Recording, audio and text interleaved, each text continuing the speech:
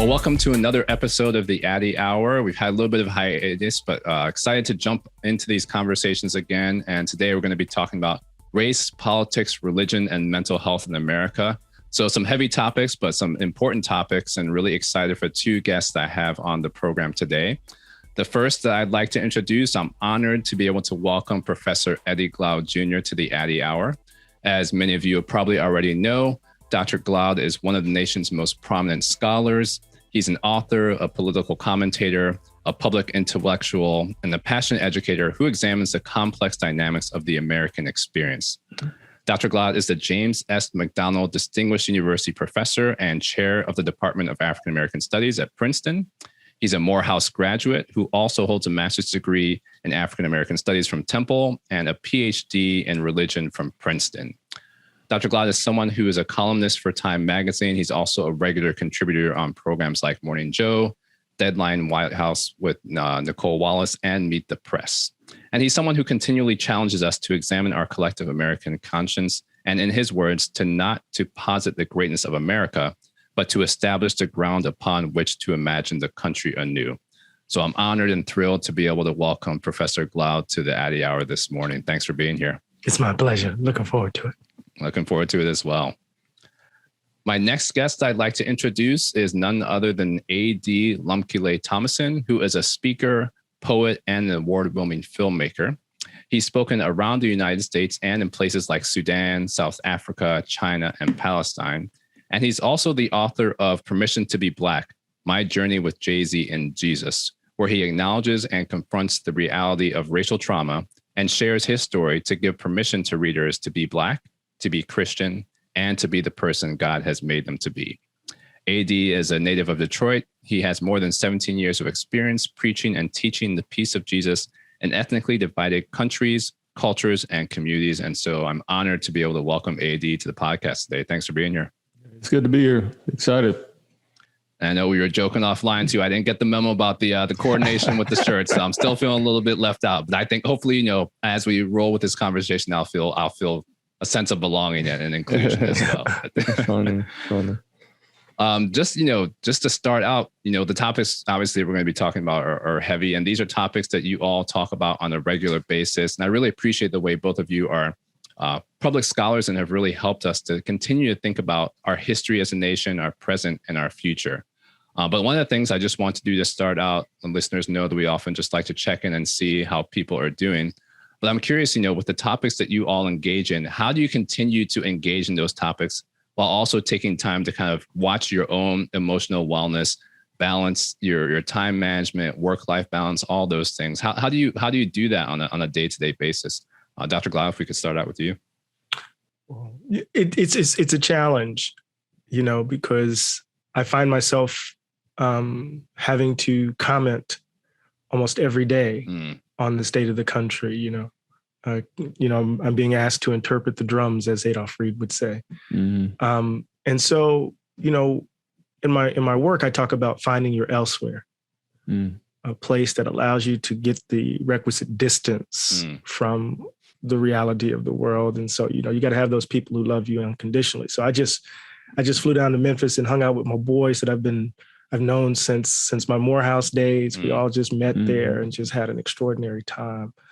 I disappear into novels. I just finished a wonderful novel by Anna Burns entitled Milkman. And then I reread The Parable of the Sower by Octavia Butler. And now I'm finishing up Shuggie Bain by Douglas Stewart. So, just kind of disappear into fiction in some ways. So, finding a respite in friends and in novels. That's been the way I've been keeping my head on my shoulder. That's great. And it sounds so intentional too. I mean, even the time that you spend reading books, hanging out with folks, I imagine, that takes time too. So I'm impressed that you carve out the time for that. Do you ever get any pushback in terms of, why are you not available for this and that? Or, I mean, how have you navigated that? Yeah. I mean, everybody, once you acquire a certain kind of public standing, that, everybody thinks that everyone's asking for your time. And so you just have to be very deliberate about being able to carve out your own time and being able to cultivate the capacity to say no.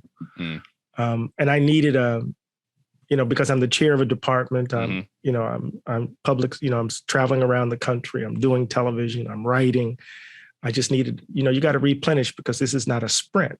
This is a long distance race. So you got to be able to at least carve out some time for yourself. So some people might be annoyed when I say no, but we try to say it in a generous way, like I got home training, Yeah. I think that's so important. I think that's encouraging for others to hear too, because I think sometimes people look at folks like you and they're like, how do they do that? How do they balance that all? How do they keep going? So to be able to hear kind of that behind the scenes and know there are times that you're saying no and really focusing on what you need to do to stay in that place, I think is really important. Absolutely, Doc. AD, what about you?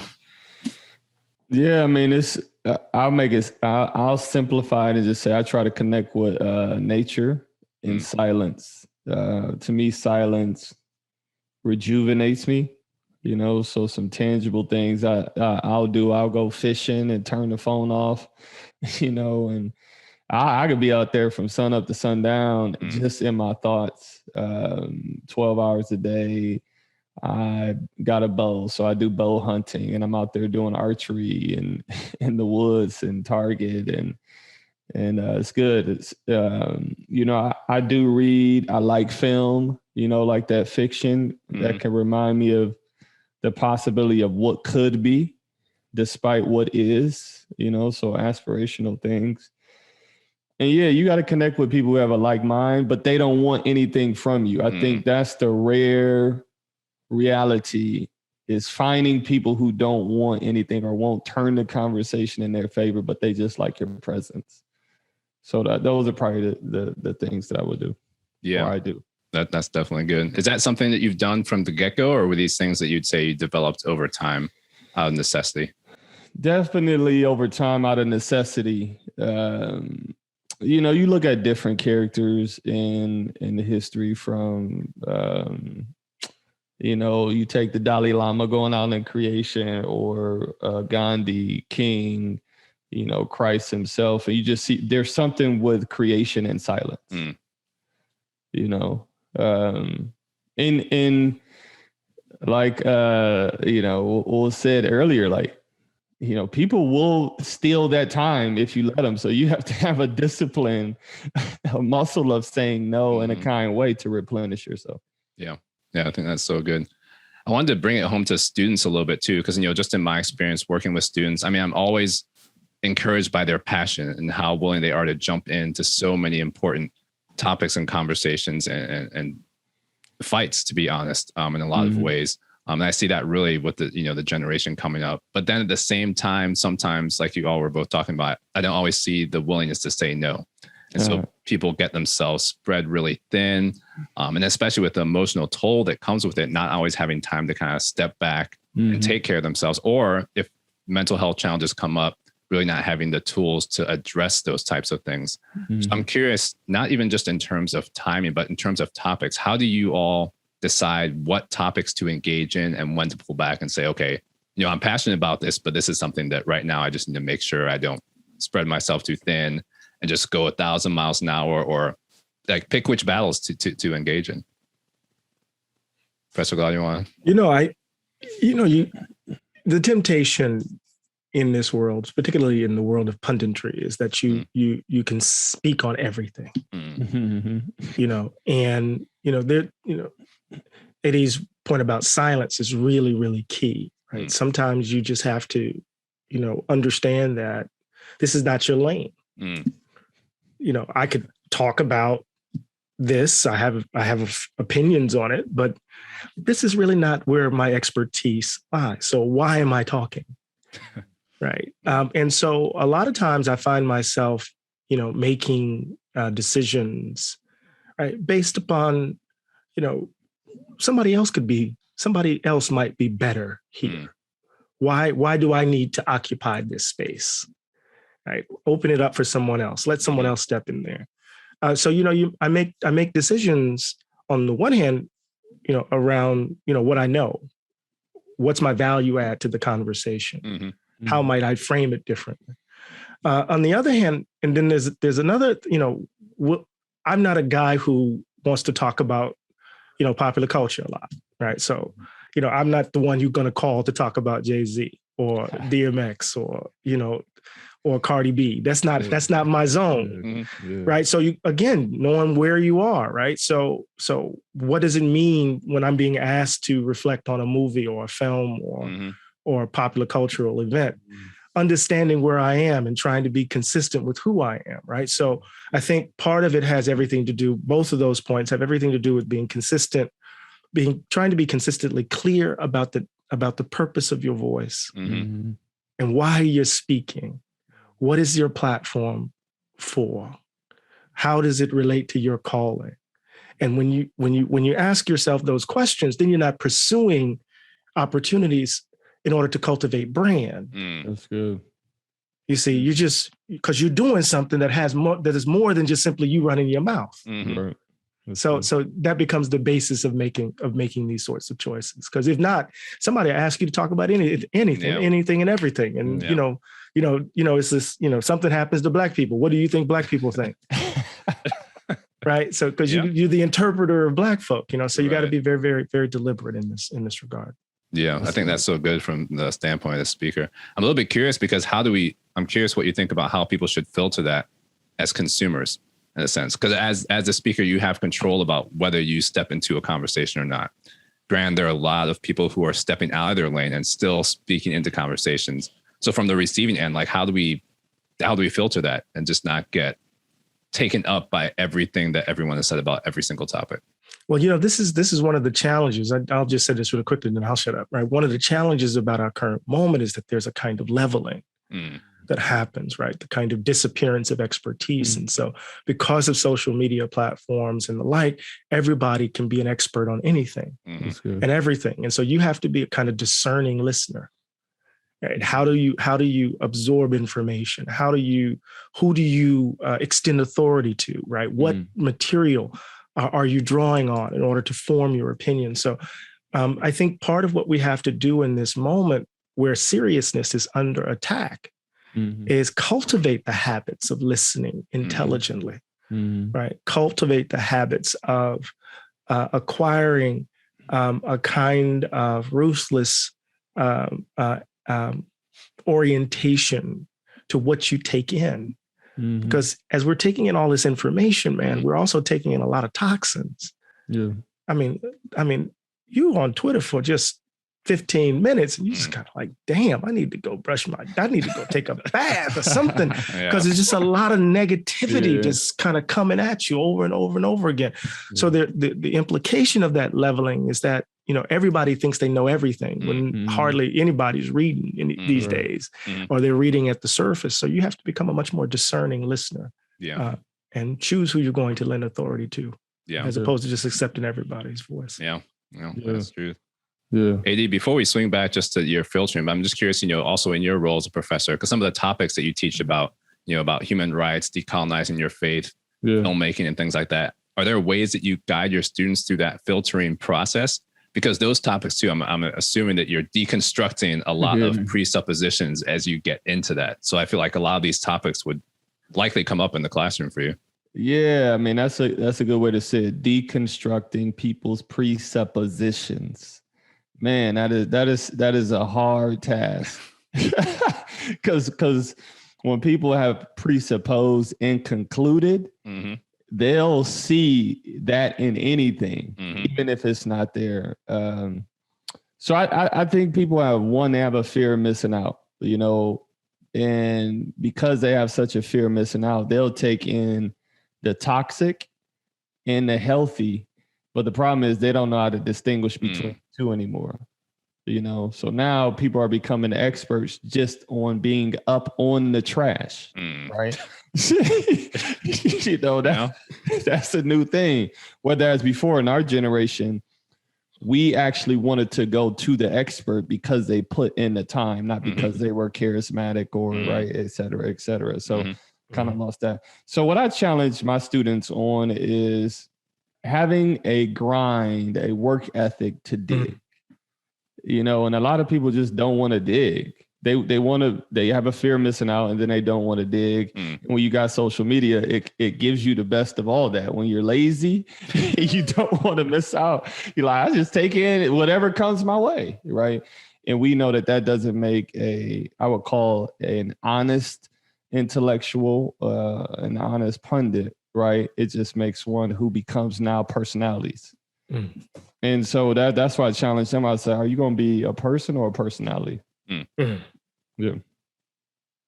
I like that. Yeah, that's good. How do students react with that? It's good. I mean, it's good. It's refreshing for them, actually. You know, because no one's challenging them on that. You know, I think what Eddie said earlier is good. Who you give authority to? It's almost like, why do you give your authority away so easily?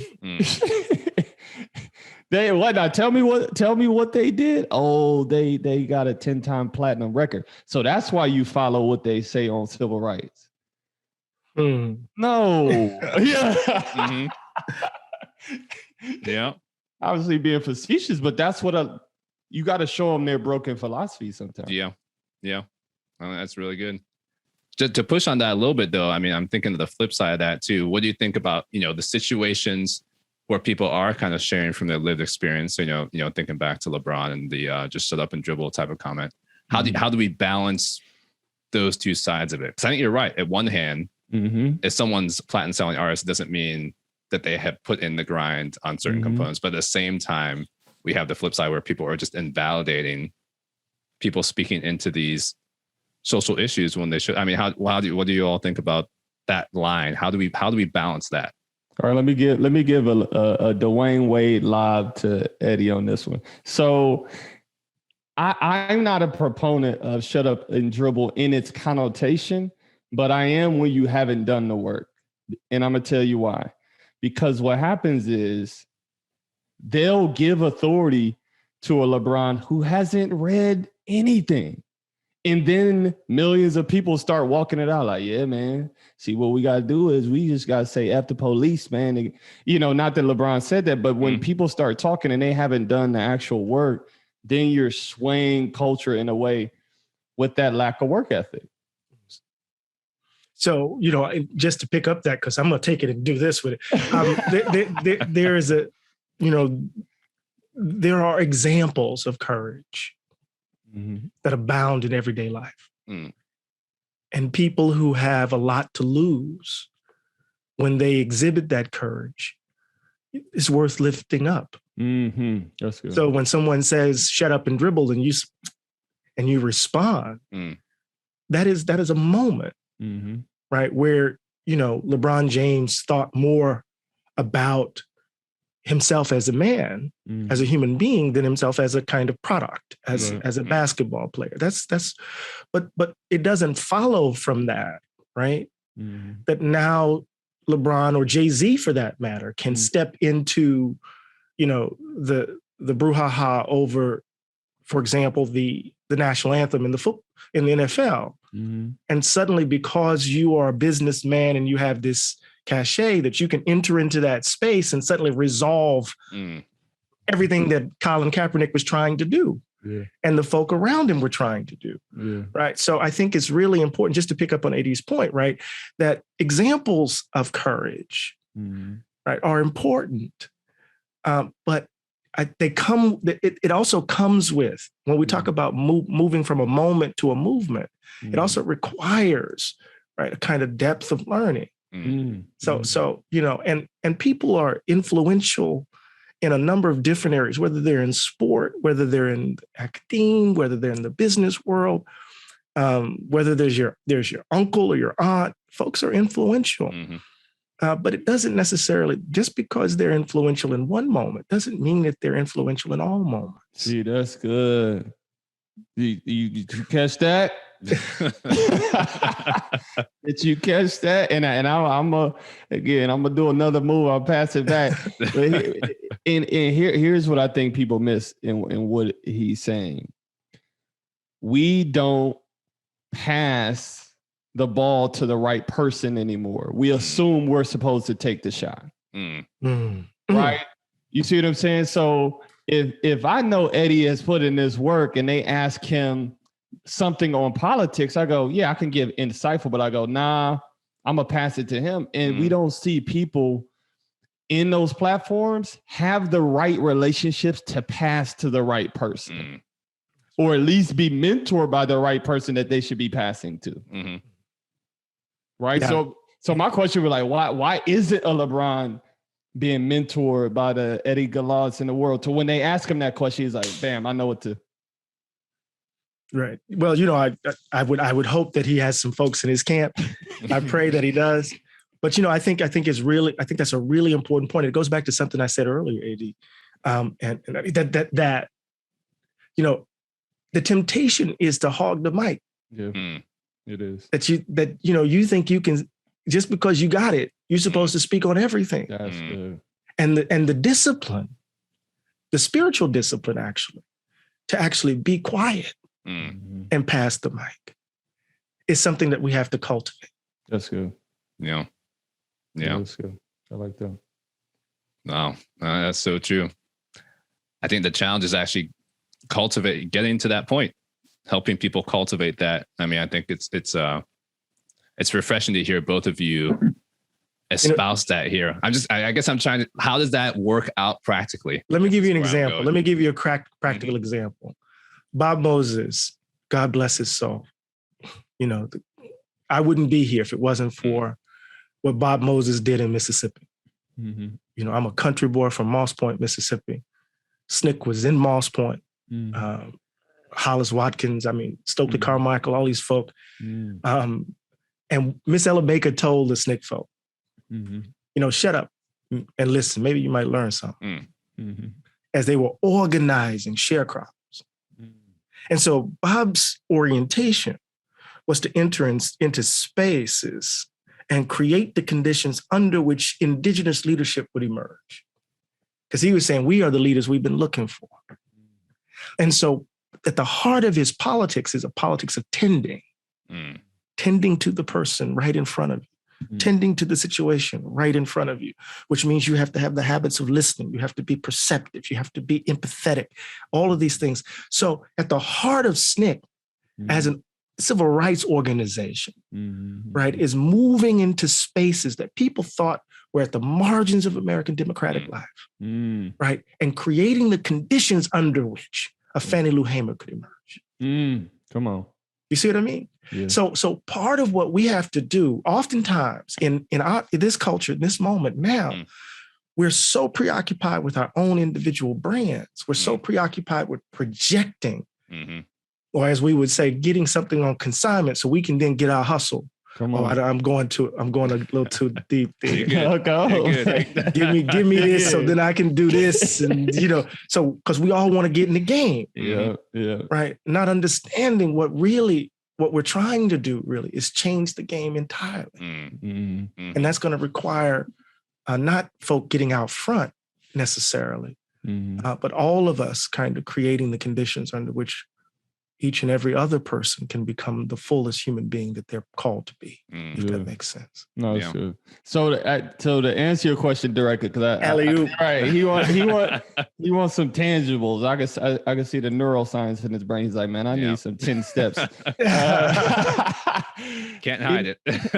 You know, I think we've been fortunate to know our story, to look at our story. What are some resonating themes? So if I would say something to people, I'd say, write out your story. Where did you grow up?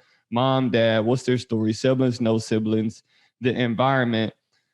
If you fortunate college, you know, master's, doctorate, write out and you'll start to see themes. And going back to Eddie's point earlier, when you see those themes, you will know what you're supposed to be saying yes to. And the problem is people don't know the theme of their life. So for me, my theme is storytelling, integrity, and fighting for those who are oppressed. Those are my themes. So I know what to say yes to, and I know what to say no to. I know what to pass to, even if someone gives me the opportunity, I'm going to pass, right, and recommend someone else. I think a lot of people don't know themselves. And I would even say this. a lot of people may know themselves. They want to be something else because of the glory that may come with it. So now we're talking about humility. You see what I'm saying? Everybody, you know, it's funny when people read like things on MLK or things on like the Gandhis or the, you know, even Christ himself. They always read themselves as MLK, Gandhi. They never read themselves as the secondary, third, or the person on the side of the road. But a lot of us may be the onlooker who's trying to get the courage to be that person. And that's okay. It's okay if you're the tiller and the one who plants the seed and never brings in the harvest, but your work matters. Yeah, that's good. I mean, two themes I'm hearing coming out from both of you, just community and purpose. So, you know, Eddie, as you're talking about just tending to the people and the building the community, and here comes the neuroscience, Eddie, you pulled it out, but just the importance of that for our brains in general and what that does to our brain. People talk a lot about oxytocin and other things that we have when we're in community and social interactions with others, and how that helps us get to a place of peace and how it makes us more effective in what we do on a day-to-day basis. And then Addy, as you're bringing out just all the aspects of purpose and how that guides what you say yes to, what you say no to. I mean, I think those pieces, both of those are really important and critical guiding pieces for people moving forward. And, you know, with the theme of the podcast too, all those tie into mental health. So all the pieces that you're bringing up, if those are lost, that's when people start to get frayed in a sense, because everything we're talking about, I mean, all these people, they're emotionally heavy, they're taxing. I mean, Addy, you've written about the racial trauma. Addy, you've talked about that quite a bit as well. And when we don't have that community and that purpose, I think it's that much easier for those challenges to emerge. And then to people, again, to lose track of really being centered and having that place and those tools. Because, you know, I mean, it sounds like a cliche, but when people spread themselves too thin and don't attend to themselves, and they can't help anybody else if they're not in a place of wholeness themselves. And that's not to say that we have to be completely whole to engage, but we can't ignore it, obviously, and think that we're going to be effective in other people's lives. Yeah, no, that's good. Yeah, I have this view that, we're all of us inevitably will lose our way. It's just what it means to be human, That's good. The temptations will be what they are. And, the thing is that, passing the mic is hard when people are giving it to you over and over and over again. Trying to anoint you, trying to make you the spokesperson, make you the, always that article, the, not a, but the, right? And so when you lose your way, because you will, the question is, what do you have to recalibrate, to recenter? I like that. And so I'm a mama's child. I'm Juanita Glaude's child. Juanita had her first baby in the 9th grade. She was cleaning toilets for a living, then became a supervisor of the janitorial crew at the Ingalls shipyard, right? So whenever I lose my way, I have something to recenter, to recalibrate. Who am I in relation to that representation of value? It's at the core of who I am. So when people don't have the ability to recalibrate, that's when they become dangerous, you see. So I think this, because, I'm skeptical of wholeness. That's good. I'm skeptical. I use the analogy of Katsugi pottery, that Japanese pottery where, you can have a crack. It's a crack piece of pottery, right? But they fill it with gold. The crack doesn't disappear. So the crack pot is actually more valuable than the original version. So I don't like to aspire for wholeness. I want to find beauty in my brokenness.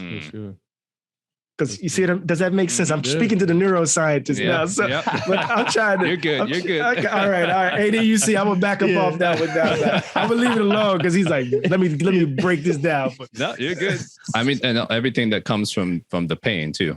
Exactly. Of moving forward. Because we always talk about that with broken bones, but there are ways that happens with our brains too. I mean, there are all the processes and developmental processes we go through, and people like to throw around the word plasticity, but just the changes that can happen in our brains when we go through certain circumstances. Some of that plasticity can happen through painful circumstances. Right. And it's an ongoing process. It happens with the good things, that happens with the bad things, and that all gets us to the place where we are now. So it's not to say that we avoid the pain. And I mean, if we're thinking in terms of psychology, that's kind of that cliche of avoidance. So if you have to deal with something, you need to deal with it and move through it. If you avoid it, it's just going to fester. And so you have to, I mean, there's pain that comes with that. There's brokenness that comes with that, but we get to a stronger place of healing on the other side. We learn those skills. So I'll give you that neuroscience validation for it. I like that. Eddie, were you gonna respond there too before I pulled the neuroscience hand? No. Just double click and say that, you know, that personality generation, you know, looking to be a personality, they don't show the cracks and the flaws. And so we really basically following a bunch of personalities, really people who don't display their humanity.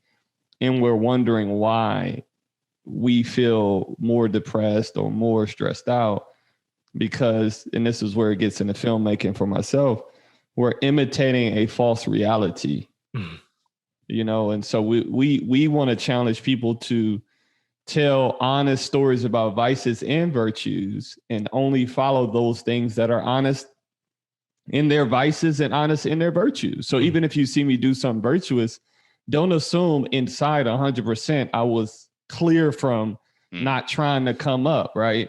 It's always a wrestle, you know? So I like that, you know, if somebody's too whole, you know, it's like we say in the street, if somebody is so perfect, it's like, man, I can't trust you. Exactly. What's going on here? Absolutely not. Yeah. I wanted to kind of loop back into this idea too, you know, hey, just everything that you've done around, you know, with your studying and reading and teaching on James Baldwin, and not in a downplaying way, but the messiness of everything that he went through. It's not pain-free. I mean, you know, all the challenges that you talked about, the intersection of just the mental health challenges and the activism. And I just wonder if you could elaborate on just what you've learned in that journey, even as you've been talking about this challenge of wholeness and the cracks. And as we talked about the neuroscience of importance of walking through pain, what has that journey been like for you in terms of understanding from history what others have had to go through even to try and affect change? You know, when I was working on my book on Begin Again with Baldwin, you know, the sentences initially didn't dance.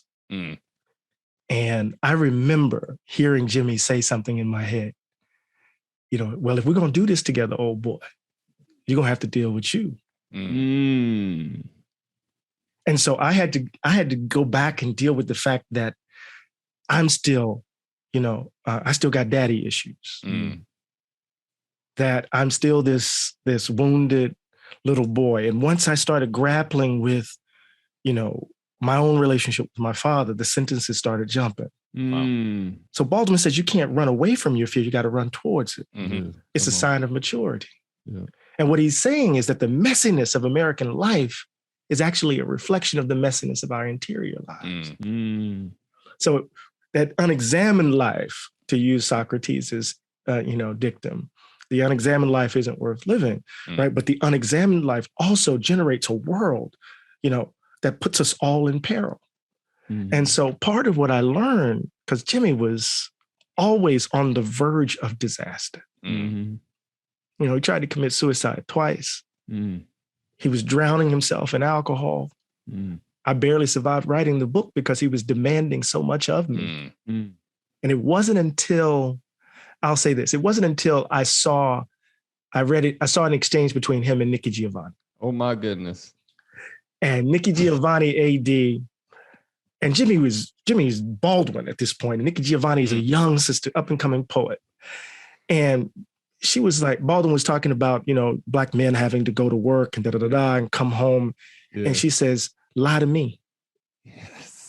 And Baldwin's confused. She says, lie to me. You come home and you take it out on me. Lie to me. And it was in that moment, that exchange, where Baldwin's demand for a certain kind of honesty that was almost tearing my world apart, right? Came into view in a different sort of way. Nikki gave me a license to hold him at arm's length to a certain degree. But at the end of the day, Dot, a certain kind of maturity requires a confrontation with who you are. so that you can actually release yourself into who you can be. Mm.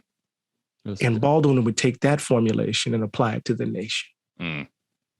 Unless you confront who you are for real, you're never going to become anything otherwise. Mm-hmm. That's good. You know, so that's the formulation. Yeah. Yeah. Yeah. No, that's so good. So many parallels there. And I mean, to be honest, that's something I'm continuing to try just to wrestle with, you know, even the parallels, not to take it too far, but about the state of our country and how we think about mental health. Yeah. And that aspect of denial Yeah. that's there, and the challenge of addressing something when you're in denial. So, you know, I was mentioning that whole thing about avoidance. So, you know, if people are going through anxiety, the key is to not avoid getting into the situation, because it's just going to get bigger and bigger in your mind. It's going to be that much harder to deal with it the next time. And just all the parallels that come out between us. So I haven't quite, you know, formulated it yet, but it's still, and you've been mentioning that as well. Just the danger that of living in that space. And I'm sure maybe we'll come back to that in terms of the commentary on the country too. But Eddie, I want to give you a chance to kind of respond to what all this truth that Eddie's dropping as well. Yeah, no, I mean that I could speak from that. First of all, the Nikki Giovanni, James Baldwin interview, that is like on the top 5 of just pieces that you need to consume. It was phenomenal. And like he said, with Baldwin being Baldwin and she being up and coming, but she challenged him, showed me a lot about who she still is and who we need to be as people. Like, don't get caught up in this personality, but look at who they are. Is this right? Is this wrong? Does it need to be challenged? Mm-hmm. And I think, you know, going to his point, we take on so many, I would say, lies and deceptions that we aren't strong enough to run into the thing we fear most and come out and make it out on the other end. I can't tell you the number of people who say, yeah, man, I get what you're saying, AD, about, you know, facing the fears and you got to deal with the trauma, but I don't know if I'm going to make it on the other side. And my response is, what a low view of yourself and what a low view of humanity that you don't believe you had a strength to make it through this pain that isn't supposed to be the marker of who you are. So I go, if I'm telling you, yo, you can actually heal from this. Yeah, but I'm used to working with this broken arm. But, you know, it can be healed and better if we break it. I get that. But I don't know if I'm gonna make it through the other side of the pain. And a lot of times I'm thinking, wow, what has convinced us of that? That's a huge presupposition. And so I'm always challenging people to be more inspired, to be more aspiring of themselves, and to reject these false narratives that this low place or low station that we have is where we're supposed to just survive through life. You know? Yeah. Yeah. Surviving versus thriving. But it's not easy, as you mentioned too. And we'll get back to some of what you brought out in your book too, but just all the traumas that people go through and just all the lack of control that comes with that. So in some ways, I think sometimes there's a false sense of safety, and not minimizing it at all, but a false sense of safety in not moving forward, because at least then people feel like they can control that aspect versus going through to a place where they may not have control. Again, all the challenges that come through that. I mean, there's obviously ways that trauma counselors and folks can help people through that, but I think that's a key piece as well. But I think it's so important that you bring that to people and show what is on the other side, because it gets back to that idea of the pain too, and how much stronger we are when we go through the pain. I'm going to stay in my lane in the neuroscience and not try and venture out, but there is truth one to thing it. on that. Say one thing on that. I think also I'll speak directly to you know, African American descendants of slaves. I will speak directly to this. We downplay the fact that we tangibly made it through what I would call some of the most hellacious, terrorizing, and inhumane, tangible things. We only have to talk about the actual morality of it. I'm just talking about physically. And that came to light when I was able to do this documentary in Ghana, and I physically were in these places where you couldn't see the light of day for months on end. We're talking about a different level of solitary confinement, right? You stand there, you go, there's no way there should be a physical person. We ain't even got to the boats. We're talking about the processing castles, right? And then you could go before the processing castles, the 500-mile journey, and you go, my ancestors did this too. So when you come through all that, you go, I don't know what it is. I don't know how I'm gonna get there, but I've been born to triumph. My people, my specific people are born to triumph. It may be Jay-Z. We may not know what the tools are, but I do know this. I'm born to triumph. And that's something as I look at us as brown men, I'm like, nah, I ain't believing that lie. Yeah. No. For real. Real talk. No. Real talk. Eddie, anything you want to follow up? Powerful statement. Yeah, I used to say to my son, I say it to my son all the time, and I say it to myself, the world conspires to make you small. And the question you have to ask yourself is, will you be complicit? Come on. And if you're not going to be complicit, then you must do like John Coltrane, take giant steps. That's so good. You know what I mean? So I think, and one way to render AD's point is that, we all are born with the crown above our head, man. The question is, will you grow into it? Will you grow into it? And part of the challenge we face over and over again is getting people to see that. Because again, the world tries to make us small. Because you got some folks in the most cosmopolitan city in the world who can't see beyond their borough, their neighborhood. I'm not talking about folk in the Delta. I'm talking about folk in New York. Yes. Talking about folk in Chicago. Talking about folk in Los Angeles, right? So there's a sense in which to understand one's life as the canvas to create art, to create beauty, right? No matter the circumstance, is a challenge. Is hard to do. So how do we break through that? Is the question, Yes, but I don't want to be complicit. I'm gonna sound like Melville's Bartleby the Scrivener. I prefer not to. So good. That's good. I'm still harping back to my just the community part and AD. I'm still feeling that, like, what are the steps? What are the steps? I think, in some ways it's a even the way you describe that with your son. Yeah.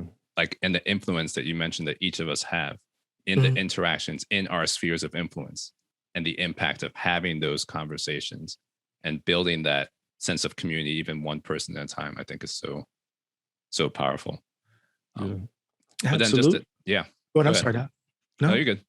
No, I was just thinking about my son, right? I remember we were in a airport when it came the decision to not charge the police officers who killed Tamir Rice. And I immediately looked back to find my son, 6'2". He was at the time, a D1 prospect for basketball. And I'm looking at him, and he's pacing around the airport like a caged panther. And I'm trying to figure out, how do I keep this rage from taking root in his spirit? How do I keep, the anger from turning on him? Right. And part of what I was trying to do at the time, and I failed miserably on certain levels, was to get him to understand himself in relation to others. Right. Not to let the anger take root in here, but to really use it as a way to motivate changing the world as such. And again, that requires this I-thou relationship, right? That requires for him to think of himself in more expansive terms and the like. But, it was a challenge, Doc. It was a challenge because we both were pacing like panthers, to be honest with you. Yeah. And I appreciate your honesty too, and voicing the challenge and what you had to help him walk through. I'm thinking of just so many folks who, we've been doing that in so many different ways. And I would say the one thing that's been really encouraging, and this community idea keeps coming up too, but the way that people were able to not only just internalize it, but to externalize it and to build community with that. So, even within neuroscience, by the time this airs, this will be a couple weeks out, but there's a Black in Neuro event that's been going on that started from one student's tweet a year ago. Now they have 20,000 followers on Twitter. Wow. They've done, 56 events in the last year. And just the way that they've been able to galvanize a community as students, as trainees, because they took that pain and tried to build something with it rather than just getting stuck in themselves, even though that would be so easy to do, but just not that it's a solution to everything, but there's been so much that's happened because of that movement. People who, all the things that happen with people being in predominantly white spaces, feeling like they're the only one, like people being able to say, oh, I didn't know there was this person here, there's this person here, and being able to connect in that way. And just what that has been in terms of just people's day to day, the encouragement they've gotten from that. So I think, that to me, that's been just a great example of seeing the young people just rising up and that's wonderful. Moving forward in the midst of the pain. That's so it's been an encouragement. All right, here you got. I got you. First step. You got to know history and know your history. I think that's very important. Even down to the fact of when I started taking this journey, I started asking my mom, what happened? What was happening to you while you were pregnant with me? A lot of people don't know those things. And I uncovered a key story because my life has also been marked by everything just felt like a fight. Though I grew up in Detroit and things were crazy, everything just felt like a fight. Like, why does everything feel so hard? And she told me a story recently that shocked my mind. She goes, well, son, I was waiting to tell you this. When your mom says, okay, what's she about to tell me? She says, she says at the time, medicine wasn't as advanced as it is now. And a doctor turned and said to me, she says, if your son doesn't figure out how to come through this canal, because we can't grab him or we'll kill him. If he doesn't figure out how to come through this canal, you both will die. Think about that. So I go, that makes sense. She says, so you had to figure out things with no manual even before you took your first breath. Wow. Now, that explains a lot. So I'm like, thank you for the story, Mom. Why you ain't tell me this earlier? But praise God, But that gives context now to why life has felt like a struggle, though there's been triumphs. Those are the stories we need to uncover in our personal lives and our historic lives. I'll give you another just that helped me from Ida B. Wells. When I realized her suffrage, not only trying to get people to understand the tragedy of lynching in the white church, but then the pushback she got in the Black church, I go, oh, this helps me understand what we would be up against, even in showing people the humanity of truth. Some people are going, yeah, we just want to stay undercover though. Don't shine the light on the truth because it may affect the thing we're surviving with. Right? So those things help. So your history, understand history. And then the last thing I would say that people don't want to do, and you got to do it daily. They don't want to name the things that pain them. So that could be in a daily thing, like, hey, babe, when you said that hurt. Hey, son, when you treated me like that in front of other parents, that hurt. I remember I had to have a conversation with my daughter. I think she was 8 years old. We were at a tennis tournament, and I didn't react, but I pulled her to her side. I said, babe, hey, the way you're treating me, it feels like I'm doing nothing for you as a parent. That hurts. Now, what is that where I come from? No, I had to learn that.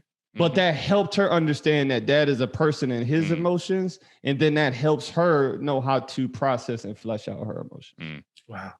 That's so good. I would even say I took a lot of bravery on your part too. Yeah. Indeed. And not be the Black parent like, oh, so this is what you got. Bring your little, come here.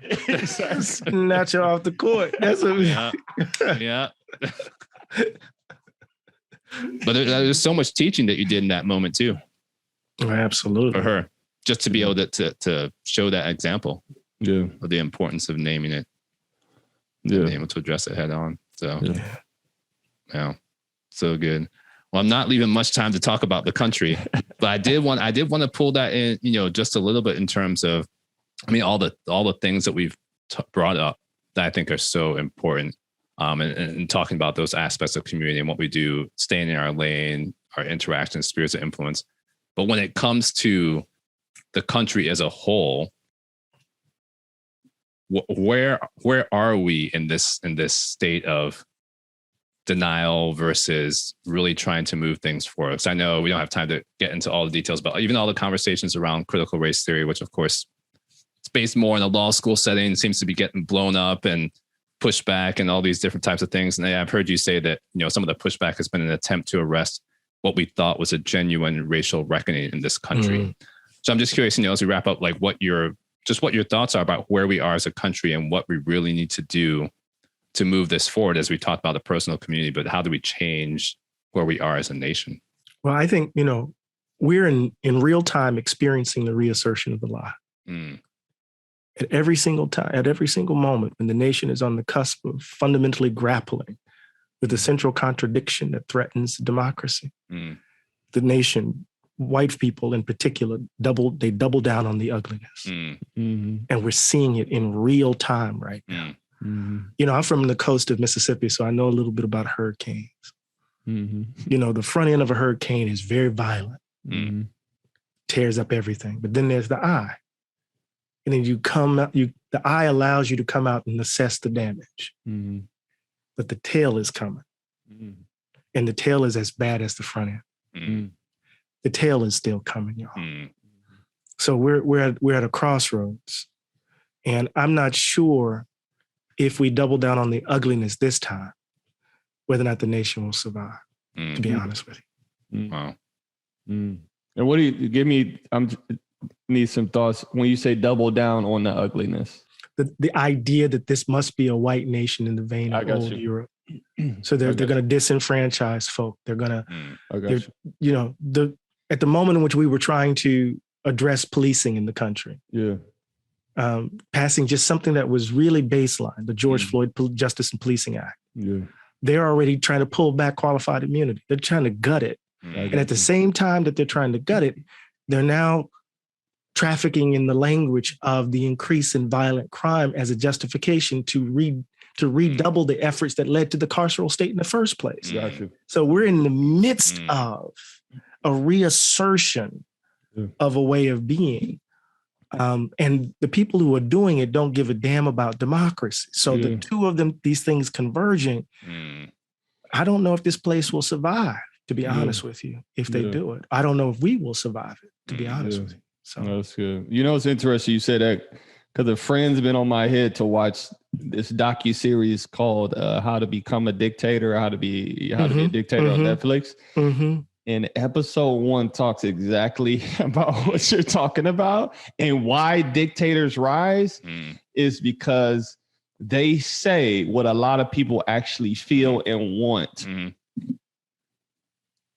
And you're seeing it because, people are like, man, how is this? And they go, no, it's been there. They just needed someone they can get behind. Exactly. And that's where we are. So. Yeah. But as Baldwin would say, human beings are miracles and disasters at the same time. We have to protect ourselves from the disasters that we've become. But if we show up, if we all show up and risk everything, there's a chance for a miracle. So we just need to show up. Yeah. And that's good. I mean, that was going to be my next question. Where do we have hope in the midst of everything? Yeah, Baldwin, I'm quoting Baldwin again. Jimmy has this wonderful line. He says, he has this wonderful line, Doc. He says, hope is invented every day. And if hope is invented every day, that means you beaten back despair every day. So yeah, we got hope. We got to have hope in us. But we're not naive. It's a blues-soaked hope, Doc. Yeah, I'll take it. Take it. And to pull in the psychology and neuroscience again, just because that's who I am. Come on, there's so much evidence from that. As people, if we just talk about therapy, if people are going through therapy, if they have hope, they're that much more likely to get through and get to a place of healing. Maybe not wholeness or complete healing, but to actually be able to move through in that place. And then from a neuroscience perspective, just that expectation what that does to our brains and the way our brains process different situations. So I think that hope is key in a lot of ways. Yeah. And there's so much evidence for that. So it's something that we got to hold on to. Maybe I need to start pulling in Baldwin in some of my in my neuroscience courses too. Tie those two together. What are you thinking, AD? What do you think? Yeah, you know, I'm always gonna default to hope that's tangible and a hope that's honest. And I think in order for us to survive, we have to have an honest hope.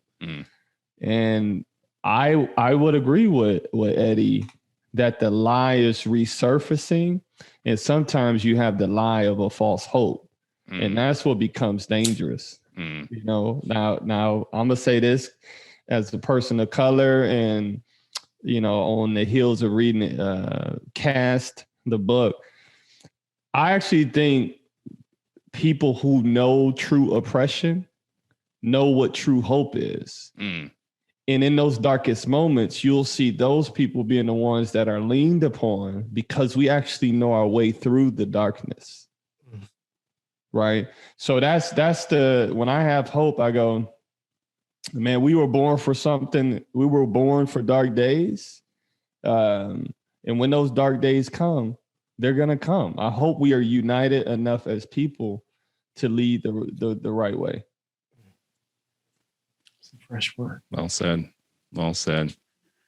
Well, I appreciate both of you being on here. So much truth and so much richness in this conversation. We covered a lot of ground in that short period of time, and I'm grateful to both of you. I know this will be a blessing to the listeners as well, and encourage people to continue wrestling with these topics, and as we all seek to move forward into a better place. Thanks again to both of you for jumping on the Addy Hour. Definitely appreciate it. Appreciate your time. Appreciate you, Dad. Yeah, likewise. Appreciate it.